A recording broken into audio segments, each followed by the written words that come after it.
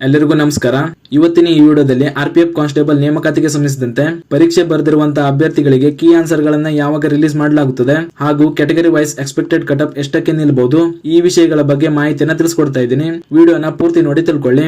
ಮೊದಲನೇದಾಗಿ RPF constable ಪರೀಕ್ಷೆಯ key answer release ಬಗ್ಗೆ ಹೇಳೋದಾದ್ರೆ, ನೀವು ಸ್ಕ್ರೀನ್ ಮೇಲೆ ಕಾಣ್ತಾ ಇರೋ ಹಾಗೆ ಈಗಾಗಲೇ ಕೀ ಆನ್ಸರ್ ಗಳನ್ನ ನೋಡ್ಕೊಳ್ಳಿಕ್ಕೆ ಲಿಂಕ್ ನ ಜನರೇಟ್ ಮಾಡಲಾಗಿದೆ. ಆದ್ರೆ ಈ ಲಿಂಕ್ ನ ಆಕ್ಟಿವೇಟ್ ಇನ್ನೂ ಕೂಡ ಮಾಡಲಾಗಿಲ್ಲ. ಈ ಲಿಂಕ್ ನ ಯಾವಾಗ ಆಕ್ಟಿವೇಟ್ ಮಾಡಲಾಗಬಹುದು ಅಂತ ನೋಡೋದಾದ್ರೆ, ಈಗಾಗಲೇ ನಿಮಗೆ ಗೊತ್ತಿರೋ ಹಾಗೆ ಆರ್ಪಿಎಫ್ ಕಾನ್ಸ್ಟೇಬಲ್ ಪರೀಕ್ಷೆ ದಿನಾಂಕ 2 ಮಾರ್ಚ್ ನಿಂದ ದಿನಾಂಕ 18 ಮಾರ್ಚ್ ವರೆಗೆ ನಡೆದಿತ್ತು. ಇದೇ ನೇಮಕಾತಿಯಲ್ಲಿ ನಡೆದಿರುವಂತಹ ಆರ್ಪಿಎಫ್ ಎಸ್ಐ ಪರೀಕ್ಷೆಯ ಆಧಾರದಲ್ಲಿ ಈ ಆರ್ಪಿಎಫ್ ಕಾನ್ಸ್ಟೇಬಲ್ ಎಕ್ಸಾಮ್ ನ ಕೀ ಆನ್ಸರ್ ಗಳು ಯಾವಾಗ ರಿಲೀಸ್ ಮಾಡಬಹುದು ಅಂತ ನೋಡೋದಾದ್ರೆ, ಈಗಾಗಲೇ ಈ ಹಿಂದೆ ಆರ್ಪಿಎಫ್ ಎಸ್ಐ ಹುದ್ದೆಗಳಿಗೆ ಪರೀಕ್ಷೆ ನಡೆದ ಕೊನೆಯ ದಿನದಿಂದ 4 ದಿನಗಳ ನಂತರ ಕೀ ಆನ್ಸರ್ ಗಳನ್ನ ರಿಲೀಸ್ ಮಾಡಲಾಗಿತ್ತು. ಈ ಬಗ್ಗೆ ನೀವು ಸ್ಕ್ರೀನ್ ಮೇಲೆ ಕಾಣ್ತಾ ಇರೋ ಹಾಗೆ ಅಫಿಷಿಯಲ್ ನೋಟಿಸ್ ನ ಕೂಡ ನೋಡ್ತಾ ಇರಬಹುದು. ಹಾಗಾಗಿ ಈ ಆಧಾರದಲ್ಲಿ ಹೇಳೋದಾದ್ರೆ, ಆರ್ಪಿಎಫ್ ಕಾನ್ಸ್ಟೇಬಲ್ ಪರೀಕ್ಷೆ 2 ಮಾರ್ಚ್ ನಿಂದ 18 ಮಾರ್ಚ್ ವರೆಗೆ ನಡೆದಿದೆ.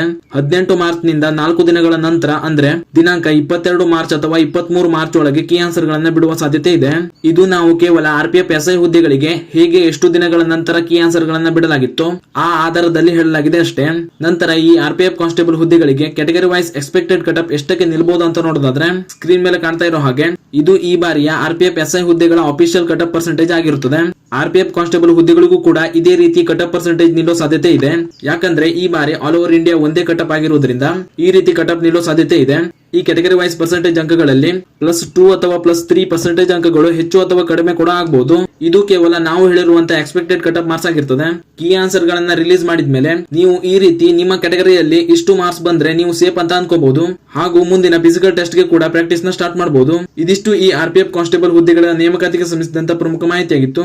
ಇದೇ ರೀತಿ ಮುಂಬರುವಂತಹ ಮಾಹಿತಿಗಳಿಗಾಗಿ ಚಾನಲ್ ನ ಸಬ್ಸ್ಕ್ರೈಬ್ ಮಾಡಿ ಅಂತ ಹೇಳ್ತಾ ಈ ವಿಡಿಯೋನ ಇಲ್ಲಿಗೆ ಮುಗಿಸ್ತಾ ಇದ್ದೀನಿ. ಧನ್ಯವಾದಗಳು.